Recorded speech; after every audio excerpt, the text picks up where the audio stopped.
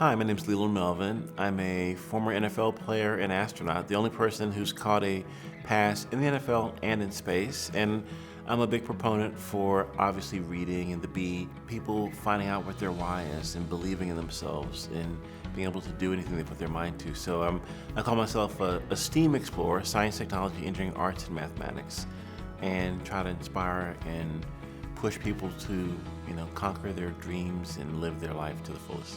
I recently wrote a book called Chasing Space, an astronaut's story of grit, grace, and second chances. And I've always had second chances throughout my life, whether I lost my hearing in a training accident, when someone believed in me and said, hey, I'm gonna sign a waiver for you to fly to space, or pulling a hamstring but going to grad school and then continuing on with my journey. So it's about not giving up, having people that believe in you, and just living your life to the fullest. When I was in space, you see these incredible geographic boundaries. You see the Mediterranean, you see the Andes Mountains, you see all of these places, but you don't see political boundaries. And one of the things about traveling around the planet every 90 minutes, going at 17,500 miles per hour, is that we're all connected in this incredible way. We're just one civilization on this blue marble, this blue planet.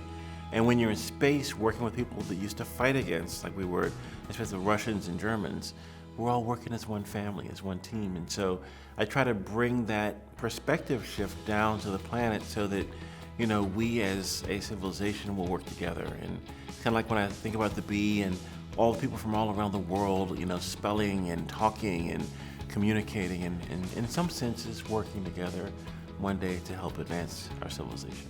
I think, in writing this book, Chasing Space, I had a chance to go back and do some research on my family and just some of the people that have helped me along the way that I didn't even know about. And then, looking at these two missions, being up in space for 23 days, over 10 million miles, and the perspective shift that I've gotten in looking at these places on Earth that I've never been, but I feel like I'm so intricately connected to in these very personal ways. And, seeing a heart-shaped atoll in the middle of the Pacific while I'm in space during Valentine's Day. Come on, that's pretty crazy. And to know that there's a lot of love in the world. And so I try to bring some of that imagery back and some of the things that I saw and share that through my book and through my website and through other ways to help inspire and motivate people to work as one family, as one team.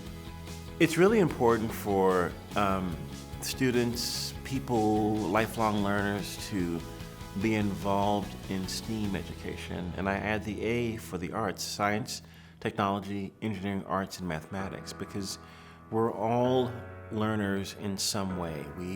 We're scientists, we're explorers, we're creative people.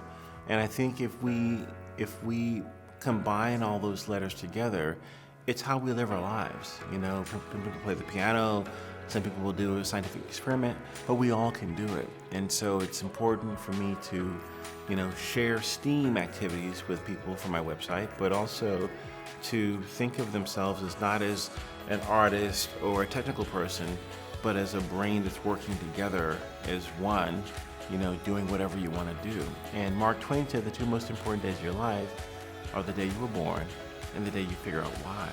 And so figuring out why as you go on this journey, it's just really important. And it could meander and go all over the place, but it's important that you know that you can do anything that you put your mind to, whether it's creative or artistic or scientific or whatever it is. And so I think of Michelangelo, he's doing all these incredible artistic and mechanical and scientific things.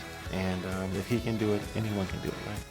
Reading has unlocked so many things for me. The little engine that could, I think I can, was a mantra that was infused in me at a very early age. And then curiosity with Curious George and The Man in the Yellow Hat Who Had Its Back. And so those two books were like a foundation for me as a child. Even before I started reading, my mother read to me every night. And so I had this inside of me kind of wired to my DNA that I can be curious and an explorer, but I can also do anything if I think I can. And from those books, there were so many other books that unlocked my curiosity. reading and spelling, being exact, being perfect, trying to make sure everything is just right, got me ready for space. Because if you don't do the right switch throws, you don't read the right procedure, it can be catastrophic, things that happen. So I think reading and being detailed and focused and knowing that there are consequences if you're not detailed and focused, or something that the B promotes, because if you don't get it right, you kind of go home. And so, we get this discipline, we get this order, we get this process of learning things over time to be exact and perfect. So in June, check out the B's bookshelf. You'll read Chasing Space, an astronaut's story of grit, grace, and second chances. It's this crazy meandering journey from the NFL to space and looking back at our planet with this newfound perspective, and how people throughout my journey have helped me along the way. So check it out. It's a lot of fun, and it's the B's bookshelf.